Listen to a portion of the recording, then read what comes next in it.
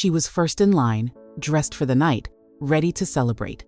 Her friend walked in without a problem, but when it was her turn, everything stopped. The bouncer didn't check her ID, didn't ask questions, just pointed her out. What he didn't know was who she really was, and what came next changed everything. It started like any ordinary Friday night. The line outside the club was long but buzzing, filled with laughter, flashing heels, and the scent of perfume clashing with cologne.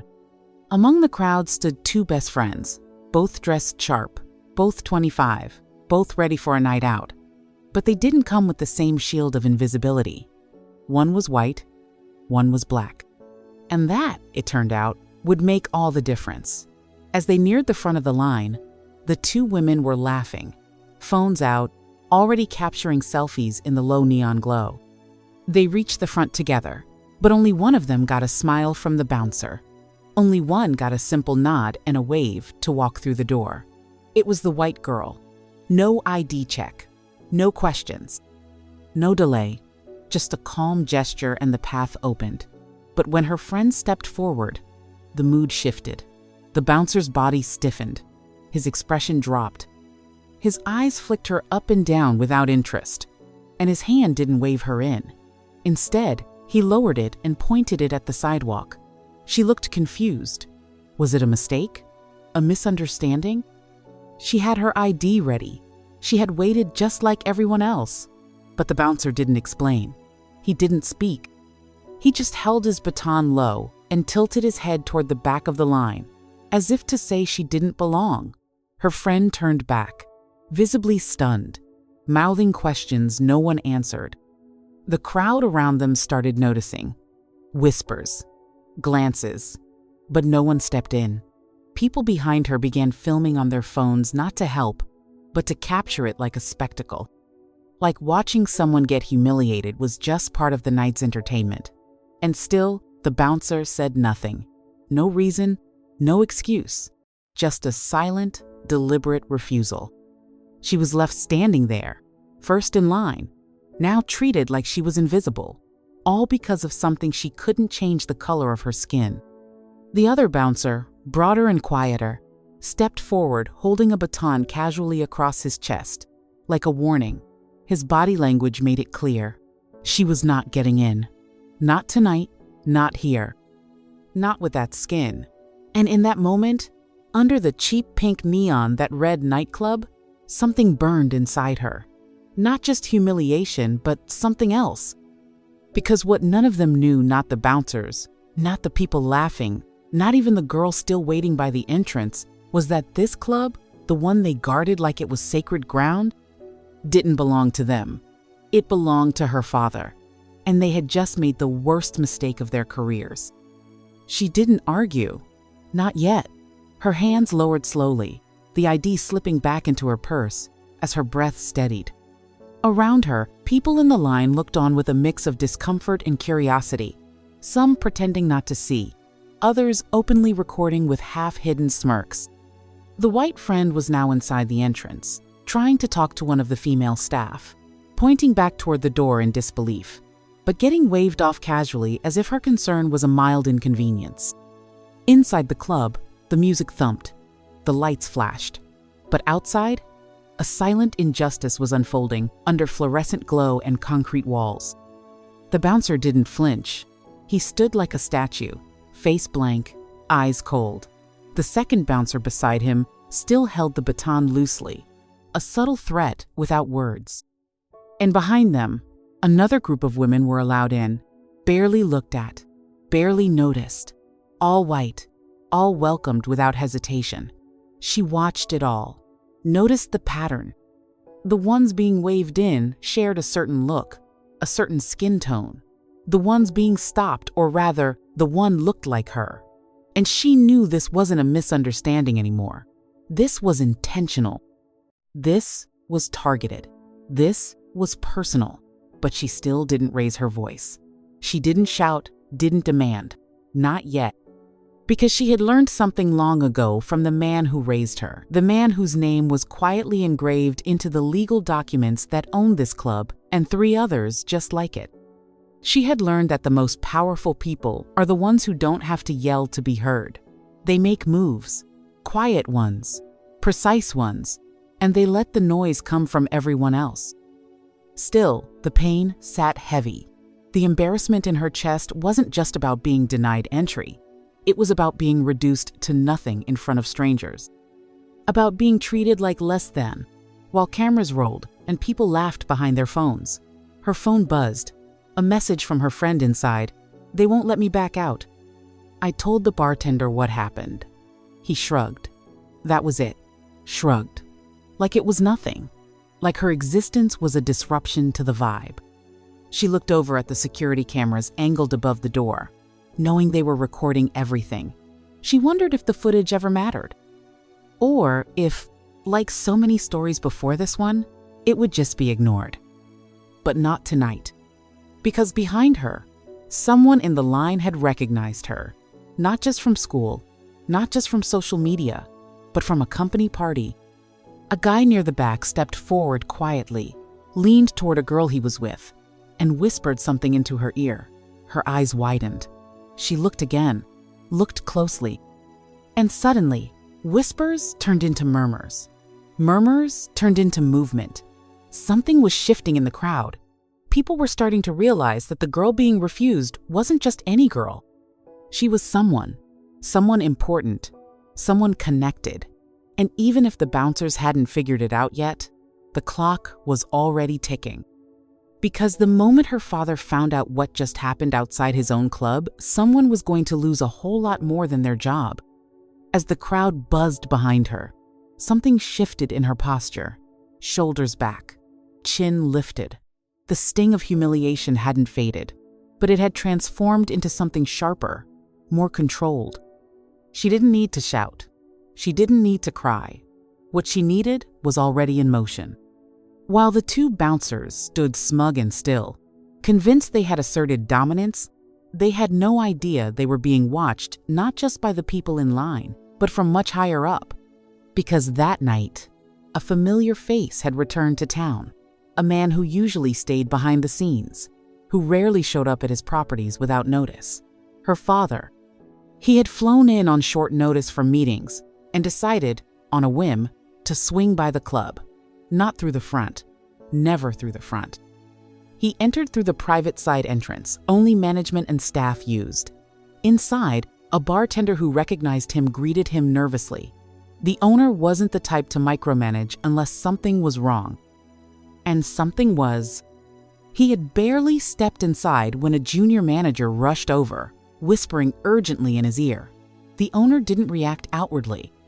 He simply nodded, turned toward the security monitors behind the bar, and asked for playback from the front entrance camera. What he saw made his jaw tighten. There, on screen, frozen in a paused frame, was his daughter, standing still, alone, being denied. He watched silently as the footage replayed in real time, the dismissive gesture, the baton, the way she was ignored while others walked in freely. He didn't ask questions. He didn't call her. He didn't even blink. He gave one instruction to the manager beside him, "Bring them to me. Now." Outside, the crowd continued murmuring. More people were noticing the tension. Someone had already posted a short clip online. It was starting to get shared. A girl in line showed the video to the person next to her, shaking her head in disbelief. The bouncer, still oblivious, tapped his baton lightly against his thigh, as if he'd already forgotten the woman he had just dismissed. He glanced over at his coworker and smirked, satisfied with the power he thought he had. But then the front door cracked open from the inside. A sharply dressed man stepped out the junior manager. He didn't make eye contact with the bouncers. He went straight to her, calm, direct, voice low. He apologized once, sincerely, and then invited her in. Not asked, invited. The tone made it clear that refusal wasn't an option. She didn't speak yet. She looked at the bouncers. Their expressions had changed. Confusion crept into their faces. And then, behind the manager, her father appeared. Not in a suit, just in a simple black jacket and dark jeans. But the moment his face was visible, a silence dropped across the line like a curtain falling at the end of a performance. The older bouncer blinked. Recognition hit him slowly, like a delayed punch. His face lost all color. The younger one beside him took a half step back. The smirk disappeared. Now they knew. Now it made sense. And now it was too late. The tension that had hung heavy in the air now turned into something else entirely. Not fear, not rage, but consequence. Real, sharp, immediate consequence. The kind that makes people straighten up, makes phones get lowered, and makes those who laughed just moments ago suddenly go quiet. The club owner stepped fully into the light now, next to his daughter. His presence impossible to ignore. He didn't yell. He didn't have to. His silence was louder than anything either bouncer had said all night. The older bouncer's mouth opened slightly, like he might try to explain, but nothing came out. There was no explanation for what he had done. Not one that could survive under the weight of this moment. Her father turned to her first, looked her in the eyes, not with pity but with pride. She gave the faintest nod. That was all he needed. Then he turned to the two men who had stood between his daughter and the club that bore his name on every legal document behind its walls. He didn't ask for a conversation. He gave instructions. One nod to the manager. And just like that, both bouncers were dismissed. Not escorted inside. Not taken aside. Fired. On the spot. In front of everyone. The junior manager stepped forward and said the words out loud. They were done. Immediately. Their shifts were over. Their contracts terminated. And their behavior caught on multiple cameras, witnessed by dozens, was being reported formally. The crowd's energy shifted again. Whispers became words. Phones went up again. But this time, not to mock, not to ridicule, but to record justice. The same people who had filmed her being humiliated were now filming the men who had caused it lose everything. The older bouncer stood frozen, as if trying to grasp how quickly the night had turned. The younger one tried to protest, but the manager's voice cut through him with finality. They were to leave the property. Now. And they did. As they stepped away, one of them glanced back, not at the owner, but at her. Her expression hadn't changed. No smugness, no smile, just quiet dignity. The kind that doesn't need to celebrate small victories, because it lives in truth that speaks for itself. Inside the club, the music still played. The lights still pulsed. But now, she walked in through the front door, not just as a guest, but as someone who had been seen. As someone who refused to shrink beneath the weight of someone else's bias. Her friend rushed over, threw her arms around her, tears in her eyes. The bartender who had shrugged earlier looked away, ashamed. A few people clapped quietly. A few apologized. And while that didn't undo the sting of what happened, it marked something powerful. A public moment of correction. A crack in the mask of silence that often covers these things up. She didn't need revenge. She got something better. She got to walk in, head high, with the whole world watching, and this time, not one person dared stop her. Words spread faster than music through speakers. By the time she crossed the room to the private lounge, 3 more staff members had already heard. 2 servers paused mid-shift to glance at her, not with judgment, but with recognition. Not the kind that came from a viral video or from gossip, but the kind that said they now knew who really mattered here. The club wasn't just any club. It was part of a respected chain. One that prided itself on being exclusive, but fair. One that built its reputation on safety, status, and style. And now, tonight, that reputation had almost been shattered at its front door. Her father didn't stay long. He didn't need to. With a quiet word to the manager and a promise that internal action would follow, he left through the side exit, as calmly as he had arrived.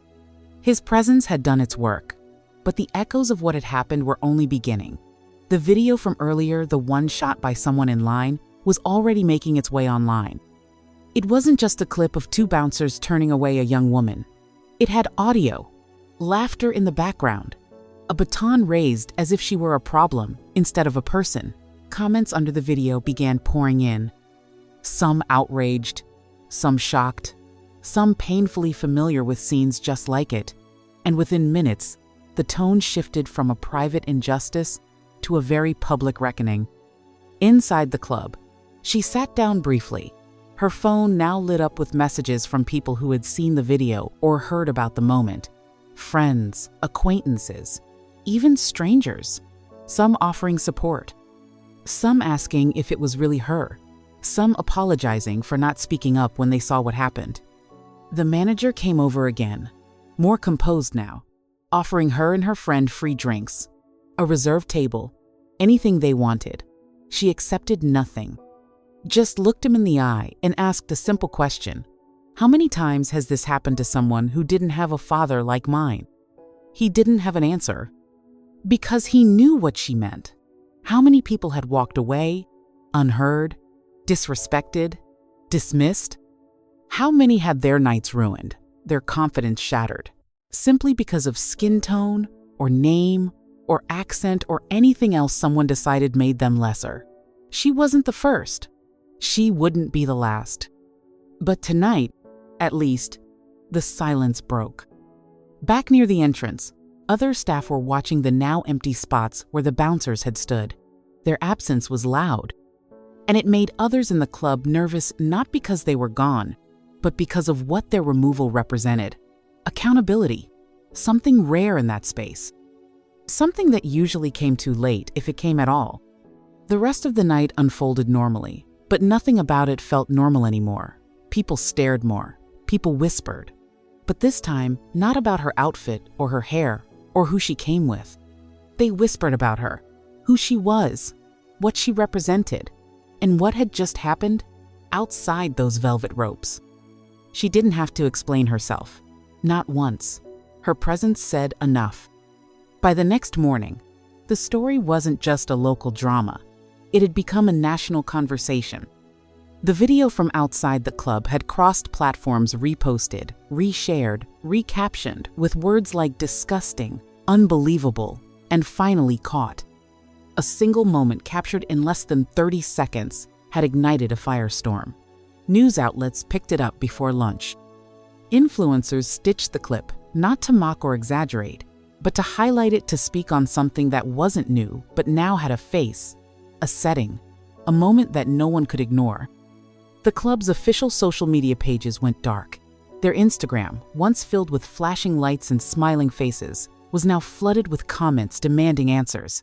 Hundreds turned into thousands. And what started as outrage became pressure, not just on the staff involved, but on the brand itself. People didn't just want an apology. They wanted accountability. Real, permanent, structural change. Her name was never included in the video, but those who knew her knew. And those who didn't? They just saw a young Black woman being turned away from a space she had every right to enter, while her white friend was welcomed without hesitation. Comment sections became digital battlegrounds. Some tried to downplay it, said maybe it was a misunderstanding, maybe it was protocol, but the footage didn't lie. It showed no ID checks, no reasoning, just one thing: two men making a decision based on how someone looked. The silence of the club's PR team only made it worse. For hours, nothing was posted. No explanation, no denial, no acknowledgement, and that silence spoke volumes. Meanwhile, she stayed quiet. No statement, no interview, no long post. She went about her day like any other, at least on the surface. But her silence wasn't weakness. It was strategy. Because the narrative was already writing itself, not by her, but by the world watching. And in that void, her dignity stood louder than any speech. That evening, a letter appeared online. Not from her, from her father. A direct public message posted to his verified business account. Short, firm, and impossible to ignore. He confirmed that the two individuals in the video were terminated immediately. He confirmed that the club's hiring process was under full review. He confirmed that racial profiling had no place in his business. and that it never would again. But what struck the public most was the final line. No one, not even my daughter, should need to carry power to be treated with basic respect. That line was shared more than the video. It was screenshotted, quoted, turned into headlines, because it hit the heart of the issue. The story wasn't just about a girl who got blocked from a club. It was about how common that moment was, and how rare it was for someone to be in a position to expose it this clearly, this publicly, this undeniably. And for once, the internet didn't just move on. It stayed, it watched, and it remembered. What the public didn't see in the viral video was what happened behind the velvet curtain in the days that followed. Inside the club's management office, doors that were once shut tight were now forced wide open. Staff who had worked there for years, who had quietly endured uncomfortable glances or microaggressions, suddenly had a voice. And for the first time, someone was actually listening. The owner's daughter didn't return to the club that week. She didn't need to. Her presence had already reshaped the entire tone of the organization. Employees were brought into meetings not just to be talked at, but to talk, to describe what the culture felt like, what they had seen, what they had been too afraid to say before. The head of security resigned quietly after the third day, not because he was directly involved, but because he knew the rot didn't start at the door, it started higher. It spread quietly through hiring decisions, staff silence, and years of looking away. The club chain hired a third-party equity consultant. It wasn't just for show. Every employee was required to attend sessions, not optional, not check-a-box workshops, but real conversations that made people squirm, made them reflect, made them reckon with what they had been a part of or allowed to continue. The company's HR inbox filled up with anonymous reports. Not all of them were about racism.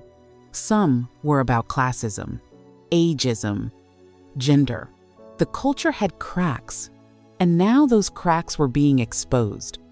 And while the internal changes were underway, the daughter remained almost entirely out of sight. No interviews, no PR campaign. She didn't need to defend herself because the truth had already done it. But she did take one call, not from media, but from a young woman who worked coat check, someone who had stood in the corner the night it happened. She called to apologize, not because she had done anything wrong, but because she hadn't done anything at all. She said she'd seen things like that before, said she had always assumed nothing could change, that speaking up would cost her job, that no one important was ever watching. And the daughter said only this: you never know who's watching or who's filming until it's too late. The coat check girl never forgot that.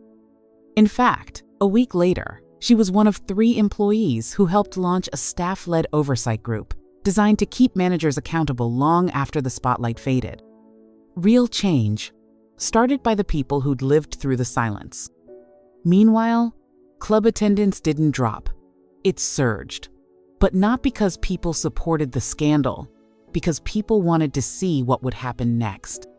Because for once, a club known for exclusivity had become a symbol of visibility. And in a strange way, it was the woman who had been excluded who now defined the space more than anyone else ever had. The effects of what happened outside that nightclub didn't stop at its doors. What started as a silent rejection of one woman became a mirror, held up to dozens of other venues. Across the city, club owners, bar managers, and event organizers suddenly found themselves under scrutiny. Social media turned its attention to entrance policies, bouncer behavior, and dress code rules that often hid discrimination behind vague language.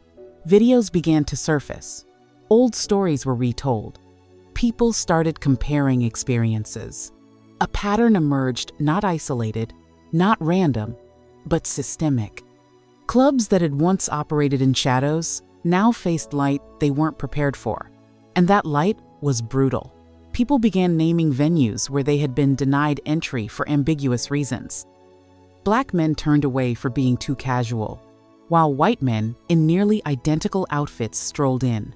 Women of color pulled aside for ID checks while their white friends walked through untouched. Stories that had been dismissed for years were now being taken seriously, Because now there was proof that it wasn't just in someone's head. It wasn't just a feeling. It was real. And it had consequences. One venue issued a statement within days, promising to retrain staff. Another canceled its weekend events entirely, choosing instead to hold internal meetings about inclusion. Some called it performative. Others called it overdue. But one thing was certain: silence was no longer safe. Ignoring the problem now came with a price. And through it all, the woman at the center of the storm never once stepped forward to own the spotlight. She didn't need to. Others were now using their voices. Young women who had once walked away from club entrances in tears now shared their stories out loud. Men who had stayed quiet out of embarrassment or resignation now spoke without shame. And for once, the algorithm favored them. Their stories were boosted, shared, highlighted. They weren't buried under distractions. They were front and center. The original video, the one showing the bouncer pointing her away, reached over 3 million views within a week. It was shown in classrooms, shared in training programs, used in HR briefings. Not just to shame, but to educate. It became a turning point, not just for that one club, but for a culture that had long normalized exclusion wrapped in velvet ropes and dress codes. The irony wasn't lost on anyone. The bouncer who tried to silence her with a gesture had, without knowing it, given her a megaphone. Not because she wanted it, but because she had earned it. And the man who once held the baton now held nothing. No job, no authority, no way to rewrite what the world had already seen. In the weeks that followed, the woman lived her life quietly, but the world around her wasn't quiet at all. People approached her in cafes, at crosswalks, in elevators. Some just nodded. Some whispered thank you. And others, especially young women who looked like her, said things she hadn't expected. They said they felt seen, said they felt protected just knowing someone had stood there and didn't beg to be let in, but exposed what it meant not to be. For her, it was never about revenge. She didn't post follow-ups, didn't brand herself around what happened. She wasn't interested in being a symbol, but symbols are often chosen, not created. And now, people looked to her without even meaning to, because she had walked through fire with dignity. She had been disrespected in front of dozens, watched by thousands, and never once let her voice rise louder than her presence. Behind the scenes, things shifted permanently. Her father quietly launched a scholarship program for marginalized youth interested in hospitality management, not as charity, but as pipeline correction. He knew the problem wasn't just the 2 men at the door. It was that those men had once worked under people who let things like this slide. He didn't want a club empire if it meant building walls to keep the wrong people out. He wanted doors opened and kept open for everyone. The woman continued her own work, far away from nightlife. She volunteered at a legal aid clinic, quietly sat in on city council diversity meetings, and turned down every media request that came her way. Her name was never attached to the video, and she made sure it stayed that way. Because this story was never just about her. It was about what it exposed and what it changed. The bouncer, meanwhile, tried to disappear, but the internet doesn't forget, and neither did the people who had seen his face.